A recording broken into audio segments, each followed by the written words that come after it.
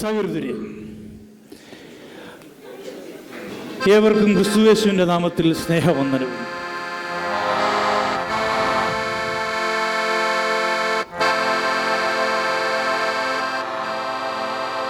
ആദിയിൽ വചനമുണ്ടായിരുന്നു, വചനം ദൈവത്തോടു കൂടിയായിരുന്നു, വചനം ദൈവമായിരുന്നു.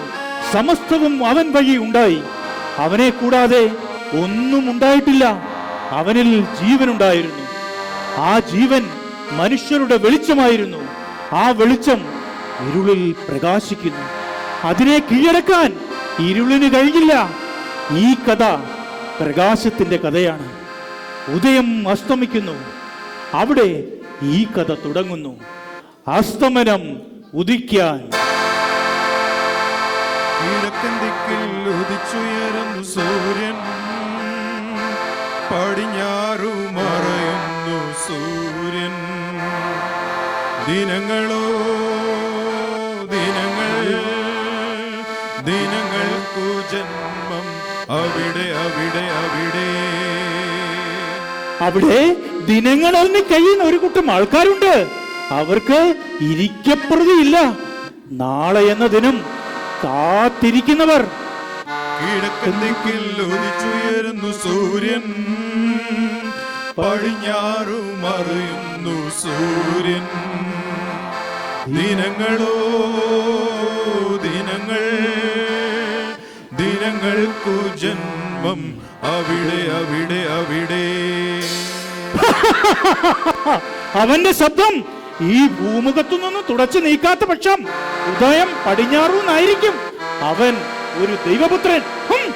കയ്യപ്പാസ്, ജനങ്ങൾ അവന്റെ പക്ഷത്തുണ്ട്. സൂക്ഷിക്കണം, ഈ മേലങ്കയിലാണ് നമ്മളുടെ വില. അനന്നാസ് പ്രഭു, ഇനി അവൻ ശബ്ദിക്കുകയില്ല. യൂദാസ് കറിയോത്ത എണ്ണി എണ്ണി എടുത്ത നാണയങ്ങൾക്ക് വിലയുണ്ടെങ്കിൽ നാളെ അവനെ കൊന്നിരിക്കും, അവനെ മരക്കുരിശിൽ ഏറ്റിയിരിക്കും. യൂദാസ് അവനെ ചുംബിക്കും. ചുംബനം, വെള്ളിവില ചുംബനം, ചുംബനം, വെള്ളിവില ചുംബനം. സ്നേഹം ചുടുമൊരു ചുംബനം, സ്ഥാനം ചുടുമൊരു ചുംബനം, ഒരാൾ വില ചുംബനം, ചുംബനം, വെള്ളിവില ചുംബനം. അതെ, അതിനുവേണ്ടിയുള്ളൊരു യാത്ര. രാത്രിയുടെ ഏകാന്തതയിൽ അതാ അതാ അവർ പോവുകയാണ്, ആളിപ്പടരുന്ന തീപ്പന്തങ്ങളും ആയുധങ്ങളുമായി.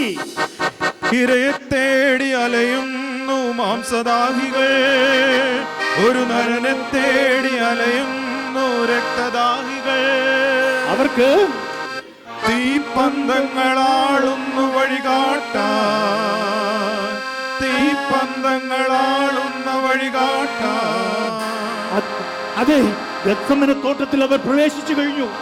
ഏറ്റവും മുമ്പിൽ യൂദാസ്. അവർ നിന്നു. യൂദാസ് മുമ്പോട്ട് ചെല്ലുന്നു. പ്രാർത്ഥിക്കുകയായിരുന്ന യേശുദേവൻ മെല്ലെ എഴുന്നേറ്റു. യൂദാസ് യേശുവിന്റെ കവിളിൽ ചുംബിച്ചു. ഗുരു സുസ്തി. യേശുദേവൻ അവനോട് സ്നേഹിത എന്ന് വിളിച്ച് ആലിംഗനം ചെയ്തു. കൂടെ നിന്നവർ ആക്രോശങ്ങളും ആർപ്പുകളുമായി ക്രിസ്തുവിന്റെ നേരെ പാഞ്ഞെടുത്തു. വിജയാട്ടവാസം. അവർ തേടിയെത്തി ഇരയെ കെട്ടിയിരിക്കുന്നു. പൂ പോലെ, പുഷ്പം പോലെ, വെറും ഒരു പുല്ല് പോലെ, അവരുടെ വിചാരം പോലെ ആയാസമില്ലാത്ത ഒരു വിജയം. കയ്യപ്പാസും കൂട്ടരും ആഹ്ലാദത്തിൽ ആറാടി. ഇതാ അവരുടെ ലക്ഷ്യം സാക്ഷാത്കരിക്കപ്പെട്ടിരിക്കുന്നു. പീലാത്തോസ് യേശുവിനെ ക്രൂശിക്കുവാൻ അവർക്ക് വിട്ടുകൊടുത്തു.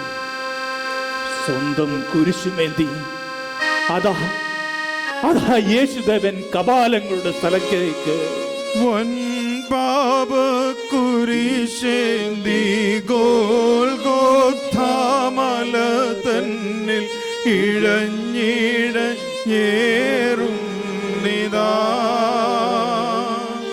മനുഷ്യപുത്രൻ, മനുഷ്യപുത്രൻ. ആർക്കോ വേണ്ടി, ആർക്കൊക്കെയോ വേണ്ടി. വഴിയോരങ്ങളിൽ ജനങ്ങൾ തിങ്ങി നിറഞ്ഞു നിന്നു ആ കാഴ്ച കാണാൻ. മനുഷ്യപുത്രൻ മരക്കുരിശുമായി വരുന്ന ആ ദയനീയ കാഴ്ച കാണാൻ. ആ ജനക്കൂട്ടത്തിൽ നിന്നും അതാ ഒരു വേറിട്ട ശബ്ദം. എന്റെ മകനെ കണ്ടോ, എന്റെ മകനെ കണ്ടോ, യേശുവിനെ, എന്റെ മകനെ. യേശുവിന്റെ അമ്മ ആരോ പറഞ്ഞത് കേട്ട് മകൻ വരുന്നതറിഞ്ഞ് മകനെ കാണാൻ ഓടിയെത്തിയ അമ്മ. എത്ര നാളായി കണ്ടിട്ട്. ആരോ പറഞ്ഞു, അതാ അതുവഴി എഴുന്നുണ്ട്. ജനങ്ങൾക്കിടയിൽ കൂടി അമ്മ ആ ചൂണ്ടിക്കാണിച്ച സ്ഥലം ലക്ഷ്യമാക്കി പാഞ്ഞു. അതാ അതാ വരുന്നു. ഭാരമേറിയ ഒരു മരക്കുരിശും പേറി മുൾക്കിടീരവുമായി രക്തത്തിൽ കുളിച്ച തന്റെ മകൻ, തന്റെ പ്രിയപ്പെട്ട മകൻ, തന്റെ ഓമനപുത്രൻ. ആർക്കും സഹിക്കാനാവാത്ത ഒരു കൂടിക്കാഴ്ച. രക്തച്ചാലുകൾ നിറഞ്ഞ ആ കണ്ണുകളുമായി ആ മകൻ അമ്മയെ ഒന്ന് നോക്കി. നിസ്സഹായയായി തന്നെ തന്നെ നോക്കി തേങ്ങി തേങ്ങി കരയുന്ന തന്റെ പൊന്നമ്മ. യേശുവിന്റെ മുഖത്തെ രക്തം തന്റെ മേലെങ്ങും കൊണ്ട് തുടച്ച് അമ്മ മകനോട്, മകനെ, നീ തളരരുത്, നീ എത്രമാത്രം വിജയിച്ചു എന്നറിയുവാൻ ഞാൻ ഒപ്പമുണ്ട്. അമ്മ നോക്കി നിൽക്കിയ പടയാളികൾ അവന്റെ പുറത്തേക്ക് ചമ്മട്ടി കൊണ്ട് ആഞ്ഞു വീശിയോ, പിന്നെയും അടിച്ചു. തോൾവാറിന്റെ അറ്റത്ത് മുള്ളാണികളാൽ കൊരുത്തിട്ട് ആ ചമ്മട്ടിയുടെ അടിയേറ്റ് യേശുദേവന്റെ ദേഹമാസകലം ചതയുന്നു. അടിച്ചിട്ട് ചമ്മട്ടി വലിച്ചെടുക്കുമ്പോൾ ശരീരത്തിൽ തറച്ചിരിക്കുന്ന മുള്ളാണികൾ അവന്റെ മാംസവും ഞരമ്പുകളും പറിച്ചെടുക്കുന്നു. മുന്നോട്ട് നീങ്ങുവാൻ പടയാളികൾ ആക്രോശിച്ചു. ദുഃഖം കടിച്ചമർത്താനാവാതെ മോഹാത്സ്യപ്പെട്ട ആ അമ്മയെ സ്ത്രീകൾ താങ്ങി. ആ മാതൃഹൃദയത്തിൽ കഴിഞ്ഞ കാലങ്ങൾ മിന്നി മിന്നി തെളിഞ്ഞു. ദൈവം തന്ന തന്റെ പൊന്നോമന ഉണ്ണി, തന്റെ പൊന്നോമന പുത്രൻ പിള്ളക്കച്ചയിൽ പൊതിഞ്ഞ് പുൽത്തൊട്ടിൽ കിടത്തി പുറത്തെ തണുത്ത കാറ്റ് മുഖത്തടിച്ച് ഉണ്ണി കരയുന്നു. വാവോ. അമ്മ കുഞ്ഞിനെ മാറോട് ചേർത്തു. വാവോ. താരാട്ടുപാട്ടൊന്നു പാടിത്തരാം ഞാൻ, പൊന്നുണ്ണിക്കുട്ട നീ ഉറങ്ങൂ. താരാട്ടുപാട്ടൊന്നു പാടിത്തരാം ഞാൻ, പൊന്നുണ്ണിക്കുട്ട നീ ഉറങ്ങൂ. രാരീരം രാരീരം രാരാരിരാരോ രാരാരിരാരോ രാരാരിരോ. ആ കാതുകളിൽ ഉണ്ണിയേശുവിന്റെ ശബ്ദധ്വനി ജലിച്ചു. അമ്മേ, അമ്മേ, ഈ വെള്ളം കൊണ്ടുവച്ചേ, ഞാൻ അപ്പനെ സഹായിക്കാൻ പോവുക. പിന്നെ ഇനിയും വെള്ളം വേണമെങ്കിൽ എന്നെ വിളിക്കണേ, ഞാൻ അപ്പ കോരി തന്നോളാം. മോനെ, ഇത്ര വേഗം പോകാതെ പെതുക്കെ പോ മോനെ. അവിടെ കല്ല് കല്ല് മോനെ, മുള്ള തട്ടി വീഴല്ലേ, പെതുക്കെ പെതുക്കെ. അന്നൊരിക്കൽ കാണാതായപ്പോൾ എന്തുമാത്രം വ്യസനിച്ചു. എവിടെയൊക്കെയോ തിരക്കി.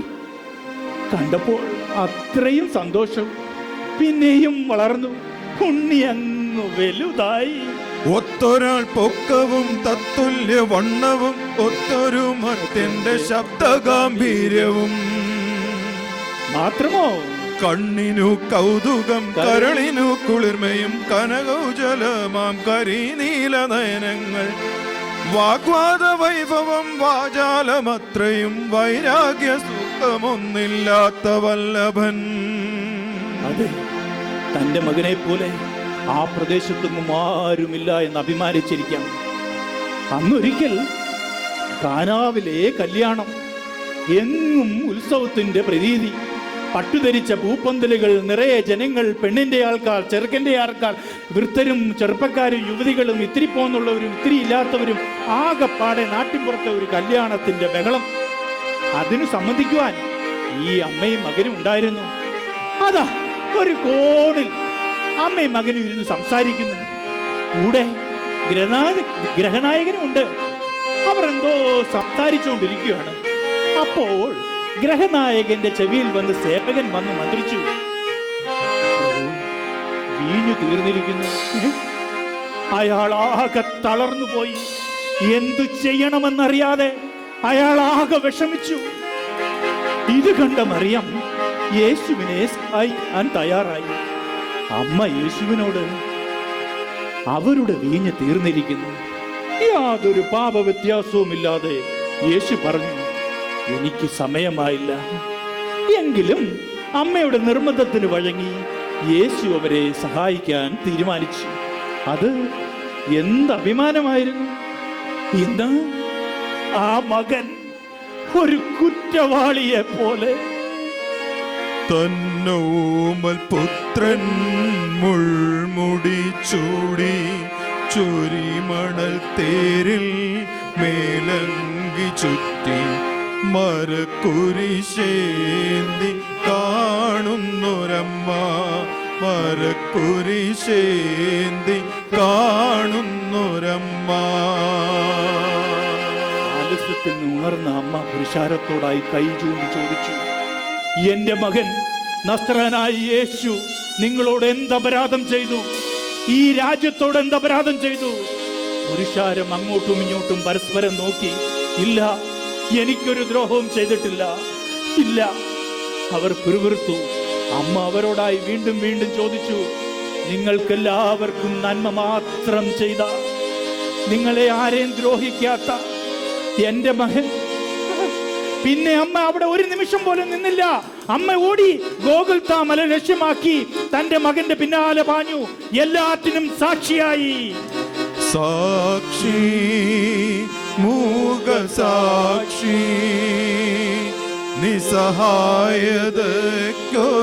മൂക സാക്ഷി, ഹൃദയം മുറിഞ്ഞൊരു മൗന സാക്ഷി, മൂകമായി കേഴുന്നു രേഖ സാക്ഷി, സാക്ഷി, മൂക സാക്ഷി. വഴിനീളെ യേശുദേവനെ അവർ മൃഗീയമായി മർദ്ദിക്കുന്നു. മർദ്ദനത്തിന്റെ വേദനകളും ഏറ്റുവാങ്ങിക്കൊണ്ട് ആ ഭാരമേറിയ മരക്കുരിശും പേറി വേച്ചു നടന്നു വരുന്നു.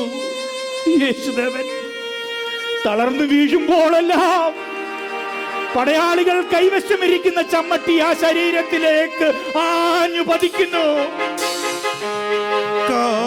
കാരിരുമ്പാണി താണിറങ്ങുമ്പോ ക്രൂരരോടും ക്ഷമിച്ചവൻ നീ,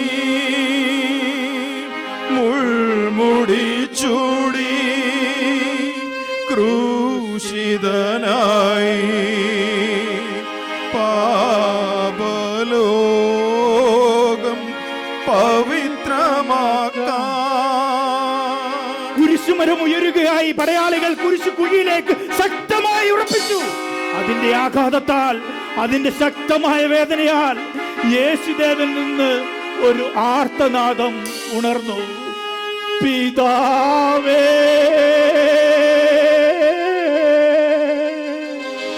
കൈ വെടിഞ്ഞോ,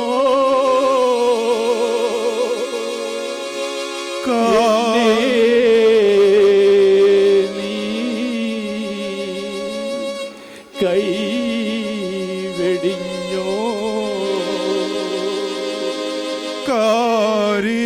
കാരിരുമ്പാണികൾ പ്രാണന് തറയുമ്പോൾ പരിഭവമൊന്നും പറഞ്ഞിടാതെ മിഴിപോക്കി വാനിലേക്കൊന്നു നോക്കി താതന്റെ സവിധത്തിലേക്കു നോക്കി സ്വർഗസ്ഥനായ പിതാവേ, ഇവർ ചെയ്വതെന്തെന്നവരറിയുന്നില്ല, ഇവരോടു നീയും പൊറുക്കേണമേ, ഇവർ ചെയ്വതെന്തെന്നിവരറിയുന്നില്ല, ഇവരോടു നീയും പൊറുക്കേണമേ. സമയം മധ്യാഹ്നം. കത്തിച്ചലിക്കുന്ന സൂര്യന് പ്രകാശമില്ലാതാകുന്നു. ദേശമെല്ലാം അന്ധകാരം നിറയുന്നു. ഭൂമി കുലുങ്ങുന്നു. പാറക്കെട്ടുകൾ പൊട്ടി പൊട്ടി തകരുന്നു. ശവക്കല്ലറകൾ തുറക്കുന്നു. മരിച്ചവർ ഉദ്ധാനം ചെയ്യുന്നു. ജെറുസലേം ദേവാലയത്തിന്റെ മനോഹരമായ തിരശ്ശീല മുകളിൽ നിന്ന് താഴേക്ക് നെടുകെ കീറുന്നു. അല്പസമയത്തിന് എല്ലാം ശാന്തം. കാൽവരിയിൽ ദൈവപുത്രൻ അവസാന നിമിഷത്തെ സ്വാഗതം ചെയ്യുന്നു. സ്വർഗസ്ഥനായ എന്റെ പിതാവേ, എന്റെ ആത്മാവിനെ ഞാനിതാ അങ്ങയ്ക്ക് സമർപ്പിക്കുന്നു. ആ തല ഒരു വശത്തേക്ക് ചാഞ്ഞു. തിരുവെഴുത്തുകളെല്ലാം നിവൃത്തിയായി. യേശുദേവൻ തന്റെ പിതാവെങ്കിലേക്ക് ആത്മാവിനെ സമർപ്പിച്ചു. അരിമത്യക്കാരൻ ജോസഫ് പീലാത്തോസിന്റെ അനുമതിയോടുകൂടി യേശുദേവന്റെ ശരീരം ഏറ്റുവാങ്ങി നിക്കോദിമോസിന്റെ സഹായത്താൽ സംസ്കരിച്ചു. കയ്യപ്പാസിന്റെയും കൂട്ടരുടെയും ആഹ്ലാദ തീർപ്പിന് ചെറിയൊരു ഭംഗം. യേശു മൂന്നാം നാളെ ഉയർത്തെഴുന്നേൽക്കുമത്രേ. അതനുവദിച്ചുകൂടാ, അതൊരിക്കലും അനുവദിച്ചുകൂടാ. കാവൽ, കനത്ത കാവൽ. കല്ലറവാദികൾ 108 മല്ലന്മാരുടെ 18 ആനകളുടെ സഹായത്തോടെ കൂറ്റൻ കല്ലുരുട്ടി വെച്ചിരിക്കുന്നു. ഒരു പടുകൂറ്റൻ കല്ലുരുട്ടി വെച്ചിരിക്കുന്നു. പുറത്ത് ആയുധധാരികളായ സൈനികർ കാവൽ. 2ാം ദിവസം അവസാനിക്കാറായിരിക്കുന്നു. എങ്ങും ഭീകരമായ നിശബ്ദത. കാവൽക്കാരുടെ കാൽപെരുമാറ്റം മാത്രം ഇടയ്ക്കിടെ. പെട്ടെന്ന് അവരെ കണ്ണഞ്ചിപ്പിച്ചുകൊണ്ട് അവിടെ ദിവ്യമായ പ്രകാശം ഇറങ്ങി വന്നു. അവിടെ ഒരു മാലാക പ്രത്യക്ഷമായി. ആ മാലാക കല്ലറവാതിക്കലെ പടികൂറ്റൻ കല്ല് പുഷ്പം പോലെ നീക്കി. അതാ അതാ അതാ യേശുദേവന്റെ ശരീരം ഉയരുകയായി, ഉദിക്കുകയായി. ഉയരുകയായി, ഉദിക്കുകയായി, ഉയരുകയായി, ഉദിക്കുകയായി. അസ്തമിച്ചൊരു ജീവൻ, വിവാദമായൊരു മർത്യൻ, വിശ്വസ്തനായൊരു തനയൻ. ഉയരുകയായി, ഉദിക്കുകയായി. അസ്തമിച്ചൊരു ജീവൻ, വിവാദമായൊരു മർത്യൻ, വിശ്വസ്തനായൊരു തനയൻ. ഉയരുകയായി, ഉദിക്കുകയായി, ഉയരുകയായി, ഉദിക്കുകയായി. വീണ്ടും വരും. ദുഃഖിതരുടെ കണ്ണീരൊപ്പാൻ, ദുസ്തി മാറ്റാൻ, ദൈവമക്കളെ കാത്തു രക്ഷിക്കാൻ അവൻ വീണ്ടും വരും. സ്വർഗസ്ഥനായ പിതാവിന്റെ വലതുവശത്തിരുന്ന് അന്ത്യവിധി നടപ്പിലാക്കുവാൻ അവൻ വീണ്ടും വരും. അന്ന് നാമൊക്കെ സന്തോഷത്തിന്റെ സമൃദ്ധിയിലൂടെ സ്വർഗരാജ്യത്തിലെ പ്രജകളാകും. ആ സ്നേഹദൂതന്റെ വരവിനായി നമുക്കുണർന്ന് ഉത്സുകരായി നമുക്ക് കാതോർത്തിരിക്കാം. തേജസ്സിൽ കണ്ടിടും നാമവിടെ, ദുഃഖങ്ങളില്ലാത്ത സ്വർഗനാട്ടിൽ ആനന്ദഗീതങ്ങൾ പാടിടും ഞാൻ.